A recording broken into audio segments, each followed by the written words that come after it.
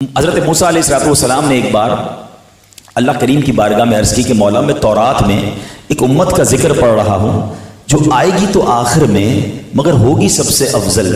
اے اللہ وہ ایک نیکی کرے گی اس کو 10 نیکیاں ملیں گی، اے اللہ وہ امت میری امت کر دے۔ رب العالمین کی طرف سے ارشاد ہوا تلک امت احمد، اے موسیٰ وہ میرے حبیب احمد مجتبیٰ صلی اللہ علیہ وسلم کی امت ہے۔ مزید مطالعہ کرتے ہیں، مزید تورات شریف پڑھتے ہیں، کہتے ہیں یا اللہ میں نے ایک امت کا ذکر پڑھا ہے جن کے سینوں میں تیری کتاب ہوگی، یاد کر لیں گے اور اس کی تلاوت کریں گے، اے اللہ اس امت کو میری امت کر دے۔ ارشاد باری ہوتا ہے تلک امت احمد، اے موسیٰ وہ میری حبیب احمد مجتبیٰ صلی اللہ علیہ وسلم کی امت ہے۔ کچھ عرصے تھوڑا اور مطالعہ کرنے کے بعد پھر عرض کرتے مولا میں نے ایک امت کا ذکر پڑھا ہے کہ جن کی شفاعت کی جائے گی، اے اللہ وہ امت میری امت کر دے۔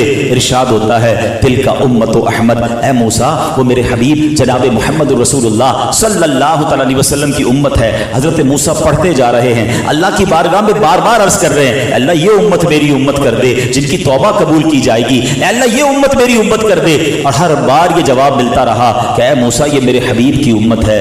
آخر میں حضرت موسیٰ پتہ ہے کیا کہتے ہیں، اے اللہ جب حضرت اس امت کی اہمیت اور فضیلت اتنی ہے تو مجھے بھی اس امت میں شامل فرما لے۔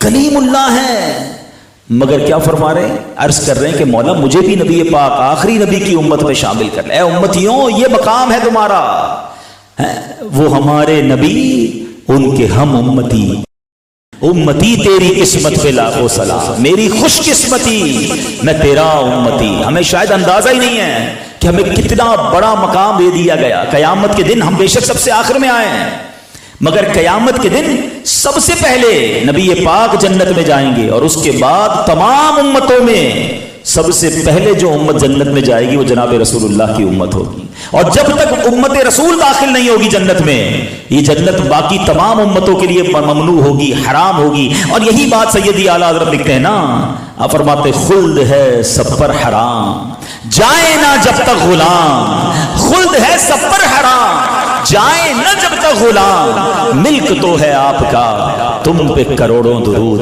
ارے سبحان اللہ، نبی پاک سے نسبت تو کیا ہو گئی، سبحان اللہ، آقا کے صدقے جنت میں بھی سب سے پہلے اس امت نے جانا ہے۔ قیامت کے دن ساری امتیں انتظار میں ہوں گی کہ حساب کتاب شروع ہو جائے، سب سے پہلے حساب بھی، سب سے پہلے اکاؤنٹیبلٹی بھی وہ اس امت کی ہوگی، اور پھر سبحان اللہ نبی پاک شفاعت کر کر کے اس امت کو بخشوائیں گے۔ اعلیٰ حضرت کہتے ہیں نا جو نہ بھولا ہم غریبوں کو رضا، آقا نہیں بھولے ہمیں، جو نہ بھولا ہم غریبوں کو رضا، یاد اس کی اپنی عادت کیجیے۔ تو ہمیں پیارے آقا کا امتی ہونے میں اس قدر انعامات ہیں کہ وہ ہمیں وہاں